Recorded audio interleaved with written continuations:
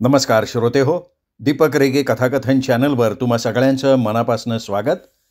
श्रोते हो, आज तुम्ही ऐकणार आहात दीप्ती जोशी यांच्या ओंजळ रीती होताना या कथासंग्रहातली कथा.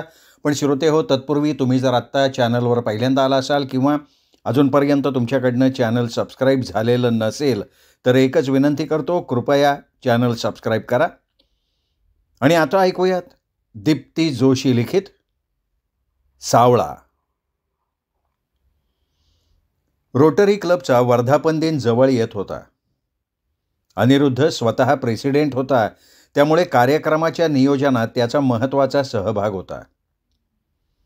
रोटरीचे मेंबर अभिजित पानसे यांच्या आईने वयाची 100 वर्ष पूर्ण केलेली होती.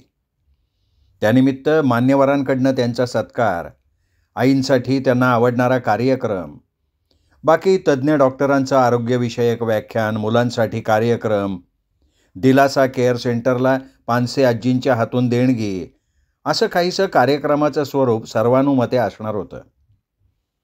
या वयातही छान तब्येत असणाऱ्या आजींना त्यांच्या आवडीचा कार्यक्रम काय करायचा असं विचारल्यावर त्या म्हणाल्या की माणिक वर्मा माझ्या आवडीच्या गायिका आहेत, तेव्हा त्यांची गाणी ऐकायला आवडतील.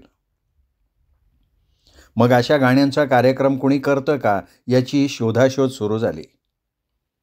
यशोमती पेडणेकर असा कार्यक्रम करायच्या, पण आता त्या करत नाहीत असं समजलं. काही मेंबर्स दिलासा सेंटरला जाणार होते, काही डॉक्टरांना भेटायला जाणार होते. स्त्री मेंबर्सनी मुलांसाठी कार्यक्रमाची जबाबदारी घेतली आणि यशोमती पेडणेकरांना भेटायची जबाबदारी अनिरुद्धवर आली. त्यांचा फोन नंबर मिळाला होता. त्यांना फोन करताना तो यशोमती नावाशी थोडा रेंगाळला. काही बोचऱ्या आठवणी जाग्या झाल्या. त्यांनी त्या आठवणींना दूर सारण्याचा प्रयत्न करत फोन लावला. तिकडून थोड्याशा हसऱ्या माणिकताईंच्या आवाजाशी साम्य असलेल्या आवाजात हॅलो ऐकायला आलं. हॅलो, मी अनिरुद्ध राजाध्यक्ष बोलतोय. मॅडम, तुमच्या रंग तुझा सावळा या कार्यक्रमाविषयी बोलायचं होतं. सर, मी हा कार्यक्रम करणं बंद केलं आहे. हो, ते मला माहिती आहे, पण तरीही तुम्हाला वैयक्तिक भेटून बोलायचं आहे आणि माझं बोलणं ऐकल्यावर एखादा कार्यक्रम तुम्ही नक्कीच कराल. तुम्ही भेटायला या, पण कार्यक्रम मी खरंच बंद केला आहे. Madam please. ठीक आहे, शनिवारी 5 वाजता भेटायला या. ओके मॅडम, येतो मी शनिवारी, असं म्हणत त्यांनी फोन ठेवला. खिडकीतून डोकावणाऱ्या गुलमोहराच्या झाडाकडे बघत कितीतरी वेळ तो शून्यात हरवलेला होता. बाजूलाच असलेल्या पॅडवर तो यशोमती हे नाव वारंवार लिहित होता. त्या प्रत्येक नावाला वर्तुळ करत होता आणि आवेगाने त्यावर फुल्या मारत होता. मन नकार देत असताना देखील त्या गर्विष्ठ मुलीच्या आठवणी त्याच्या मनात ओघळायला लागल्याच. 40 वर्षांपूर्वी घडलेले सगळे प्रसंग डोळ्यासमोर फिरायला लागलेच. त्याला नुकतंच 25ावं लागलं होतं. मेकॅनिकल इंजिनिअरिंगची पदवी घेऊन त्याने DCMचा 2 वर्षाचा कोर्स पूर्ण केला होता.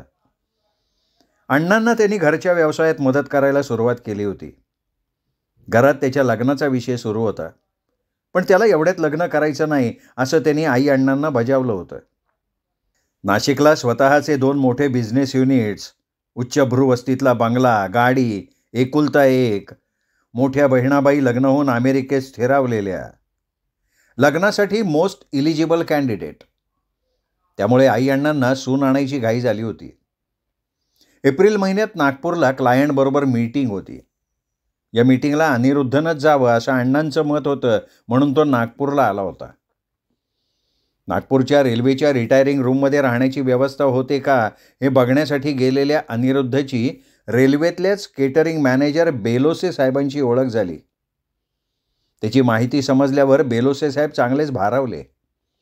त्यांनी त्याच्या राहण्याची, जेवणाची व्यवस्था छान केलीच, पण बोलता बोलता खडा टाकला. यंग मॅन, लग्नाचा विचार असेल तर माझ्या मित्राची मुलगी आहे, एकदम साजेशी आहे. उद्या असला तर मुलगी बघायला जाता येईल. आमचे मित्र रेल्वे TC आहेत. परिवार मोठा आहे, त्यामुळे परिस्थिती बेताची आहे, पण मुलगी म्हणजे नक्षत्र आहे, नक्षत्र. तसेही आई अण्णा पाठीमागे लागलेच होते, म्हणून थोडा विचार करून अनिरुद्धनं मुलगी बघायला होकार दिला. सकाळची मीटिंग आटोपली की जेवण करून 2 पर्यंत जायचं ठरलं. तो बेलोसे साहेबांबरोबर धर्माधिकाऱ्यांच्या घरी पोहोचला. दार उघडल्यावर समोर आलेले बहुतेक मुलीचे वडीलच असावेत. अनिरुद्धनी कायाच बांधला. त्यांचा रंग अगदी काळ्या वर्णाकडे झुकणारा होता. हॉल अगदी छोटा होता. तिथे बैठकीवर बसलेली मुलगी पण त्याच रंगाची. धर्माधिकाऱ्यांनी मुलीच्या आईला बाहेर बोलवलं तर त्याही तशाच काळ्या वर्णाच्या. अनिरुद्ध चांगलाच गडबडला. बेलोसे साहेबांची नक्षत्रासारखीची व्याख्या काय आहे त्याला प्रश्न पडला होता. खरं तर त्याचा रंग निमगोरा होता, पण त्याचे आई अण्णा आणि मोठी जी इतके लख्ख गोरे होते की त्याला सगळे सावळूराम म्हणून चिडवायचे. सगळ्यांची ओळख झाल्यावर त्यांनी मुलीला बाहेर बोलवलं आणि समोर जी लावण्यवती आली तिला बघून अनिरुद्ध चाकरावला. नितळ गोरा वर्ण, शिडशिडीत उंच बांधा, दाट केसांची कमरेच्या खाली येणारी वेणी, काळेभोर डोळे, चेहऱ्यावरचे नितांत शालीन भाव आणि डोळ्यातली कारुण्याची भावना. हिरवी सिफॉनची साडी, त्यात खुलणारं तिचं देखणेपण. गर्द सभोवती रान साजणी तू तर चाफे कळी या ओळींची आठवण करून देणार. बघताक्षणी तो तिच्या आणि तिच्या डोळ्यांच्या प्रेमात पडला. तो म्हणाला, निर्णय कळवतो, तुम्ही घरी फोटो आणि पत्रिका पाठवा, माझे वडील पुढचं सगळं ठरवतील. घरी पोचला तरी त्याला काही सुचत नव्हतं. डोळे बंद केले तरी आणि उघडले तरी तीच शालीन सुंदर मूर्ती त्याच्या डोळ्यांसमोरनं हलत नव्हती. एकटा बसला की तिच्याबरोबर जे काही थोडं बोलणं झालं होतं ते आठवत राहायचा. चॉकलेट आवडतं का तुला? हो, खूप. मग हे तुझ्यासाठी चॉकलेट. घेतानाचा तिचा थरथरलेला हात आणि डोळ्यातलं बावरलेपण. व्यवसाय सांभाळशील माझा? हो, नक्की. आणखीन काय आवडतं? गाणी म्हणायला आवडतात. मी रोज म्हणते गाणं. गाणं शिकतीयस का? आवाज तर गाण्यासारखा वाटत नाही. नाही, रेडिओवरनं ऐकते आणि सराव करते. बस एवढाच संवाद, पण जन्मजन्मांतरीची ओळख असल्यासारखं वाटत होतं. त्याच्या मनाने ग्वाही दिली होती, लग्न करेन तर हिच्याशी, अन्यथा नाही. तिची पत्रिका आणि फोटो आला. आईनं वयातलं काही महिन्यांचं अंतर बघितलं, नकार कळवला आणि अनिरुद्धला हे समजल्यावर त्यांनी अण्णांना एकच सांगितलं की अण्णा, लग्न करीन तर फक्त हिच्याशी, नाही तर लग्न करणार नाही. हे ऐकल्यावर अण्णा तातडीनं धर्माधिकाऱ्यांच्या घरी पोहोचले. यशोमतीला पाहिल्यावर त्यांच्याही मनानं ग्वाही दिली. अरे, नक्षत्रासारखी ही मुलगीच अनिरुद्धची बायको होणार, आपली सून होणार. पहिल्या भेटीतच त्यांनी तिच्या हातात कंपनीच्या चाव्या देऊन टाकल्या. बाळ, आता तूच या कंपनीची मालकीण होणार. आणि हां, आम्हाला फक्त मुलगी आणि नारळ द्या, बाकी सगळं आम्ही करू. आधी आलेल्या नकारामुळे की आणखीन कसल्या कारणाने धर्माधिकारी मंडळी फारशी उत्साही नव्हती. थोडा वेळ द्या, सांगतो, असं म्हणून त्यांनी अण्णांचा निरोप घेतला. अण्णांच्या नागपूरच्या चक्रा वाढत होत्या. प्रत्येक वेळेला ते यशोमतीच्या दादांना समजावत होते, पण त्यांचा काही निर्णय होतच नव्हता. याला 4 महिने होत आले. शेवटी अण्णांनी ठरवलं की आता जायचं आणि लग्न ठरवूनच यायचं. या भेटीत जे काही घडलं त्यामुळे अण्णा पार चक्रावले. राजाध्यक्ष साहेब, तुमचा मुलगा सावळा आहे म्हणून आमच्या यशोमतीचा या लग्नाला नकार आहे. आपल्या एकुलत्या एका देखण्या मुलाला त्या गर्विष्ठ मुलीनं दिलेला नकार ऐकून त्यांना धक्काच बसला. अनिरुद्ध त्यांच्या आतुरतेनं वाट बघत होता. अण्णांना आईशी बोलताना ऐकलं आणि त्यालाही हा धक्का सहन करणं अवघड जात होतं. आई तर फार रागवली होती. अनिरुद्धला तिला विसरणं शक्य नव्हतं, पण तिच्या नकाराचं कारण ऐकून तिला मनातनं दूर करण्याचा त्याचा प्रयत्न चालू होता. पण तो शालीन चेहरा, ते डोळ्यातलं कारुण्य, ते चॉकलेट घेतानाचं थरथरणं आणि माझा व्यवसाय सांभाळशील का विचारल्यावर दिलेला होकार, काय होतं ते सगळं. अण्णांनी त्याला समजावलं. वृषालीचं स्थळ आलं आणि नाईलाजानं त्या स्थळाला होकार दिला. प्रयत्नपूर्वक त्यांनी तिला मनातनं दूर केलं आणि तो वृषालीबरोबर संसारात रमला. यशोमती या नावानं सगळा भूतकाळ त्याच्या डोळ्यासमोर उभा राहिला. मग अनेक वेळा नाव लिहिलेल्या कागदावर त्यांनी अनेक फुल्या मारल्या, कागदाचे बारीक बारीक तुकडे करून डस्टबिनमध्ये भिरकावले. ही दुसरी सुद्धा असेल, तीच यशोमती कशाला असेल, असा विचार करत तो दुपारी 4 वाजता निघाला. सप्तसूर सोसायटीतल्या तिच्या फ्लॅट समोर आला. बेल वाजवल्यावर दार उघडलं. समोर काम करणाऱ्या मावशी होत्या. त्यांनी त्याला आत येऊन बसायला सांगितलं. तुम्ही बसा, ताई येतीन एवढ्यात, असं म्हणत त्यांनी आतनं पाण्याचा ग्लास भरून आणला. तेवढ्या वेळेत त्याने निरीक्षण केलं. हॉल तसा छोटा होता. उजव्या कोपऱ्यात चौकोनी स्टूलवर काचेच्या पेटीत ठेवलेली सरस्वतीची मूर्ती, बाजूला बैठकीची गादी, पाठीमागे पण टेकायला तशीच छोटी गादी, त्यावर ठेवलेला हार्मोनियम, कोपऱ्यातला तंबोरा. शांत प्रसन्न वाटत होतं घरात. तेवढ्यात त्या आल्या. तो बघतच राहिला. तीच ती रूपगर्विता. ऑफ व्हाईट कलरला ऑरेंज काठ असलेली सिल्क साडी, केस थोडे रुपेरी झालेले पण तसेच भरगच्च. ज्या डोळ्यांसाठी तो वेडा झाला होता ते आता सोनेरी काड्यांच्या चष्म्याआड गेले होते. चेहऱ्यावरचा शांत शालीन भाव तोच, सौंदर्य तेच, उलट परिपक्वतेनं अधिक खुललेलं. मनातल्या या विचारांचा त्याला भयंकर संताप आला. कशासाठी आपण या बाईचा एवढा विचार करतोय? ओळखलत मला? तिच्या या अनपेक्षित प्रश्नानं तो दचकलाच. मग आवाज जास्तीत जास्त निर्विकार ठेवत म्हणाला, तुम्हाला कसा विसरेन मॅडम. ती उगीचच उदास हसली. त्या अहंकारी बाईच्या हसण्यातली उदासी टोचलीच त्याला. मावशींनी कॉफी आणली. घ्यावीशी वाटत नसतानाही त्याने ती घेतली. मॅडम, तुम्ही हा कार्यक्रम करावा. रोटरीच्या एका मेंबरच्या आईंनी वयाची 100 वर्ष पूर्ण केली आहेत. त्यांची इच्छा आहे माणिक वर्मांची गाणी ऐकायची. तेव्हा कुठलेच आडेवेडे न घेता तिने पटकन होकार दिला. निरोप घेऊन निघायच्या वेळेला ती म्हणाली, फक्त एकदाच भेटाल तुम्ही मला? नजरेतलं आर्जव आणि डोळ्यांच्या कडाशी साठवलेलं पाणी लपवण्याचा आटोकाट प्रयत्न. भेटण्यासारखं काही उरलंय का मॅडम? मॅडम नको, यशोमतीच म्हणा. मॅडम, यशोमती, काही फरक पडणार आहे का? खरं तर भेटण्याची काही आवश्यकता नाही आहे.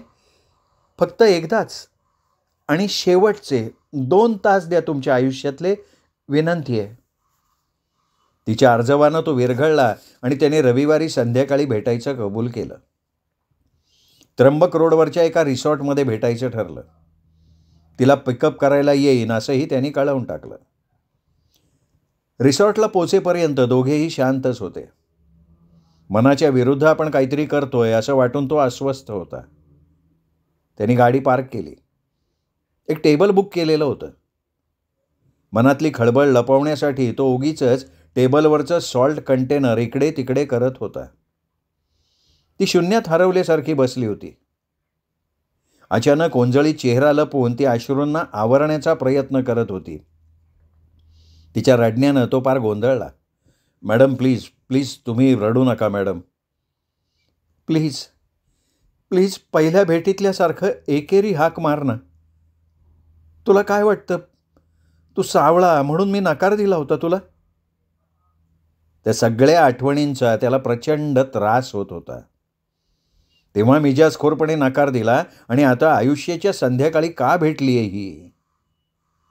हो, तुझ्या दादांकडनं माझ्या अण्णांना तसाच निरोप आलेला होता. नाही रे, नाही. तुला बघताक्षणी ठरवलं होतं की हाच आपल्या स्वप्नातला जोडीदार. ते 4 महिन्यात किती स्वप्न रंगवली होती. तुझी आणि तुझ्या अण्णांची पसंती होतीच. बरं, तुझ्या अण्णांनी फक्त मुलगी आणि नारळ मागितलं होतं, त्यामुळे कुठली आडकाठी सुद्धा येणार नव्हती. आता आश्चर्य करण्याची वेळ अनिरुद्धवर होती. ठीक आहे ना, पण मग काय झालं? का दिलास तू नकार? ऐकायची आहे माझी कहाणी? फार वाईट आहे. त्यासाठीच तुझे 2 तास हवे होते. रोज कान्हाला विनवणी करायची. डोळे मिटण्या अगोदर फक्त एकदा तुझी भेट घडव. ऐकली त्यांनी माझी प्रार्थना. बोलता बोलता ती हळूहळू भूतकाळात शिरली. आम्ही 5 बहिणी आणि शेवटचा यश. मोठा परिवार. दादा रेल्वेत TC. फार पगार नव्हता, ओढाताण व्हायची.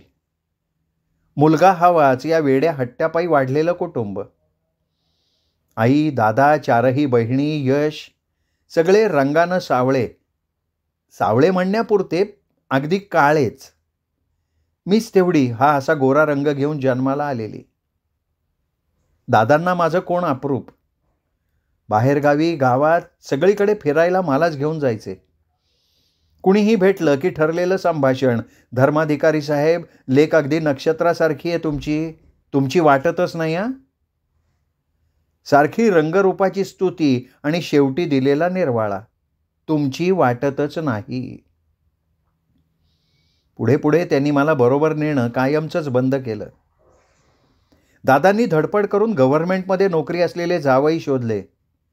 यशला देखील स्वतःच्या ओळखीचा वापर करून बँकेत नोकरीला लावलं होतं. मला अनेक ठिकाणाहून लग्नांसाठी मागण्या येत होत्या, पण काय योगायोग होते माहिती नाही. सगळं जुळून यायचं आणि शेवटच्या क्षणी काहीतरी अडचण येऊन मोडायचं. खूप वाईट वाटायचं मला. वरच्या तिघींची लग्न झाली. माझं जुळत नाही म्हणून माझ्याहून लहान बहिणीचं सुद्धा लग्न झालं. त्या काळी 19-20व्या वर्षी लग्न व्हायची. मला 25वं लागलं तरी लग्नाचा पत्ता नव्हता. दादा काळजी करायचे. बरं, स्टेट बँकेतल्या नोकरीची चांगली संधी चालून आली होती, पण पोस्टाच्या दिरंगाईमुळे इंटरव्ह्यूचा कॉल तारीख उलटल्यावर मिळाला आणि ती सुद्धा संधी हुकली. देवानं नशिबाची साथ दिली नव्हती एवढं नक्की. का असं माझ्याच बाबतीत घडतंय? मी देवाला प्रश्न विचारायची. आई तर पार कुठेतरी हरवलेली असायची. माझा विचार करून सारखी डोळे पुसायची. तू मला बघायला आलास, तुझ्या अण्णांचा होकार, ते माझ्या हातात कंपनीच्या चाव्या देऊन तूच आमची सून आहेस असं म्हणणं, तुझ्यासारखा जोडीदार मिळणार म्हणून खूप आनंद झाला होता मला. तो काळ असा होता, मुली फारशा बोलायच्या नाहीत, पण मला ओरडून सांगावंसं वाटत होतं की दादा, मला याच मुलाशी लग्न करायचंय. पुढे 4 महिने झाले तरी काही घडलं नाही. रात्र जागून आणि रडून संपल्या, पण निर्णय काही झाला नाही. मनातल्या भावना मनातच कोंडल्या गेल्या. काय झालं असं दादांना विचारण्याचं धाडसही नव्हतं माझ्यात. आत्तापर्यंत 27 मुलं मला बघून गेली होती. सुरुवातीला होकार आणि पुढे काही व्हायचंच नाही. आता तर मला दाखवून घ्यायचाही कंटाळा आला होता. दादांनी खूप विनवणी केली आणि आता हे शेवटचंच असं म्हणून मुंबईच्या मुलाला दाखवण्याचा कार्यक्रम झाला. पत्रिकेवरनं आई दादांची काहीतरी धुसफूस चालू होती, पण आता मला कशातच स्वारस्य नव्हतं. पसंती आली, लग्न पार पडलं. तुझ्या आठवणींना मनात बंद करून मी नवीन जीवनाला सुरुवात केली. ज्याच्याबरोबर लग्न केलं ना, तो माधव खूप साधा होता. प्रायव्हेट कंपनीत होता नोकरीला. माझ्या दिसण्याची आणि गुणांची त्याला जाणीव होती. मुंबईतलं छोटं घर, फार कडक स्वभावाचे सासू सासरे, 2 नणंदा. माधवची नोकरी आणि जबाबदाऱ्या यात आनंदाचे क्षण फार कमी आले वाट्याला. पण त्याच्याबरोबरचा संसार खूप आनंदानं करायचं ठरवलं होतं, पण इथे सुद्धा नशिबानं दगा दिला. अगदी छोट्याशा आजाराचं निमित्त झालं आणि माधव गेला. अवघा 15 वर्षांचा संसार पार एकाकी झाले. मूल नव्हतंच. सासू सासऱ्यांनी नागपूरला आणून सोडलं. माझं असं परत येणं दादांना रुचलं नव्हतं. आत्ता या क्षणाला मला आधाराची आवश्यकता होती, म्हणून हा अस्वीकार मी निमूटपणे स्वीकारला. घरातले तणाव वाढले आणि त्याच दरम्यान मुंबईमधल्या एका कंपनीची जाहिरात वाचली. त्यांना ऑफिस असिस्टंट म्हणून स्त्री उमेदवार हवी होती. मी अर्ज पाठवला. नोकरी मिळाली. पेइंग गेस्ट म्हणून राहायचं ठरवलं. सकाळी आणि सुट्टीच्या दिवशी गाण्याचा क्लास लावला होता. विशेष करून माणिक वर्मांची गाणी शिकत होते मी. हळूहळू रंग तुझा सावळा या नावाने माणिकताईंच्या अजरामर गीतांचा स्वतंत्र कार्यक्रम सुरू केला. मिळणारं मानधन चांगलं होतं. छंद, आवड आणि जीवापाड मेहनत यामुळे कार्यक्रमावर लक्ष केंद्रित केलं. पेइंग गेस्ट ते भाड्याचं घर आणि भाड्याचं घर ते स्वतःचं घरकुल असा प्रवाससुद्धा याच काळात झाला. आयुष्याच्या संध्याकाळी नाशिकला स्थलांतरित झाले. कार्यक्रमाच्या व्यस्ततेमुळे खूप दिवसात नागपूरला गेले नव्हते. आईची आठवण येत होती. मग शनिवार रविवार जायचं ठरवलं. आईदादांना कळवलं नव्हतं, अचानकच जाणार होते. घराजवळ पोहोचले. दार लोटून आत जाणार इतक्यात आईच्या रडण्याचा आवाज आला कानावर. मी दाराजवळ थांबले. का का माझ्या लेकीचं आयुष्य बर्बाद केलं? काय गुन्हा केला होता हो तिने तुमचा? मी ऐकलं. मला वाटलं ते माझ्याविषयीच बोलतायत, म्हणून मी आत नाही गेले. दादांचा चढलेला आवाज आला. विमल, तू तर बोलूच नकोस. कुणाचं पाप माझ्या माथी मारलंस? निदान तू कबूल केलं असतं तर माफ करून तिला जन्मभर सांभाळलं असतं. आईचा हाताश रडवेला आवाज आला. अहो, कसं समजवू तुम्हाला?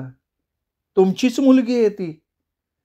स्वतःच्याच मुलीच्या जीवनात तुम्ही असा वणवा पेटवलात. नाहीये ती माझी मुलगी. एवढी गोरी देखणी मुलगी माझी असूच शकत नाही. तू कबूल केलं नाहीस म्हणून जन्मभर मी तिला छळत राहिलो. प्रेमाचं नाटक करत करत तिचं वाईट करण्याची एकही संधी सोडली नाही मी. तिला 11वी नंतर GD आर्ट्सला स्कॉलरशिपवर ॲडमिशन मिळाली होती. ती सगळी कागदपत्र मीच फाडून फेकली. तिचा स्टेट बँकेच्या नोकरीचा कॉल वेळेत आला होता. काही पोस्टाचा गोंधळ बिंदळ नव्हता, पण मीच तारीख उलटून गेल्यानंतर तिला दिला. लहानपणी तिला फिरायला घेऊन जायला मला खूप आवडायचं, मान वाटायचा. पण लोकांचं बोलणं ऐकून ऐकून कान विटले होते माझे.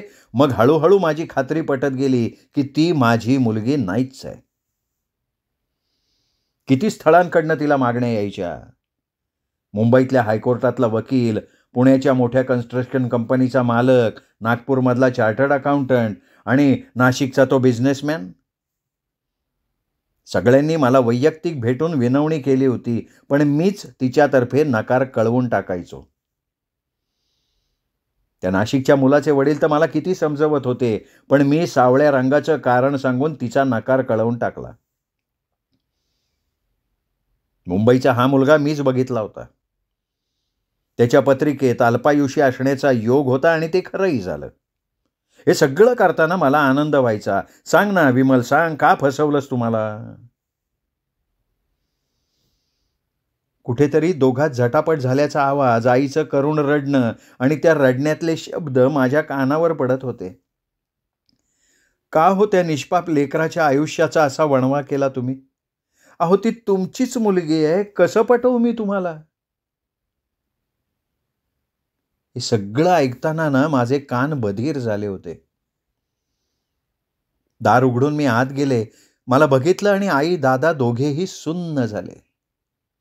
आईच्या गळ्यात पडले, मनसोक्त रडले आणि आल्या पावली परतीच्या प्रवासाला निघाले, परत कधीही मागे न फिरण्यासाठी. आणि मग कार्यक्रमामध्ये स्वतःला बुडवून घेतलं मी. माझ्या कार्यक्रमातलं रंग तुझा सावळा दे मला घन निळा हे गाणं इतकं रंगतं ना की रसिकांच्या पार हृदयाला जाऊन भिडतं. गाताना उगीचच भैरवीचे सूर लागतात. ऐकणाऱ्याच्या डोळ्यात टचकन पाणी येतं. त्या कान्हाला रोज प्रार्थना करते, पुढच्या जन्मी तुझा सावळा रंग दे. खरं तर सावळ्या लोकांनी मला जन्मभर पुरणारं दुःख दिलं, पण त्याच सावळ्या कान्होनं मात्र मला आयुष्याचा मार्ग दिला, स्थैर्य दिलं, सुबत्ता दिली. माणिकताईंची सगळी कृष्णाची गाणी माझ्या कार्यक्रमात असतात. या कार्यक्रमानं इतकं नाव दिलंय की आता मला भेटण्यासाठी, माझ्याशी नातं जोडण्यासाठी सगळे धडपडतात. दादा 92 वर्षांचे आहेत आणि आई 84 वर्षांची, पण आता मीच ते पाश तोडून टाकलेत. गेले 2 तास अखंड बोलणारी ती पार श्रमली होती. हळूहळू शांत शांत झाली. अवाक होऊन तिची कहाणी ऐकणाऱ्या अनिरुद्धच्या डोळ्यात पाणी होतं. तिचा हात हळूच हातात घेत तो म्हणाला, यशोमती, मला मला माफ कर. किती गैरसमज होते तुझ्याविषयी माझ्या मनात. खरं सांगू का, आपण एकमेकांसाठी जन्मलो नव्हतोच. 2 समांतर मार्गावरनं चालणारे प्रवासी होतो आपण. असं म्हणत दोघेही घरी परतण्यासाठी निघाले. श्रोते हो, तुम्ही ऐकत होता दीप्ती जोशी लिखित कथा सावळा. कथा तुम्हाला नक्की आवडली असेल, त्यामुळे व्हिडिओ लाईक करा, कमेंट करा. ही कथा आपल्या कथाप्रेमी मित्रपरिवारात, नातेवाईकात शेअर करा. आणि हो, तुम्हीही चॅनल सबस्क्राईब करा जर चॅनल सबस्क्राईब केलं नसेल तर. आणि तुमच्या मित्रपरिवाराला दीपक रेगे कथाकथन चॅनल सबस्क्राईब करायची माझ्या वतीनं विनंती करा. ऐकत रहा दीपक रेगे कथाकथन चॅनल, उत्तमोत्तम कथा आणि कादंबरीचे भाग ऐकण्यासाठी. भेटूयात. नमस्कार श्रोते हो.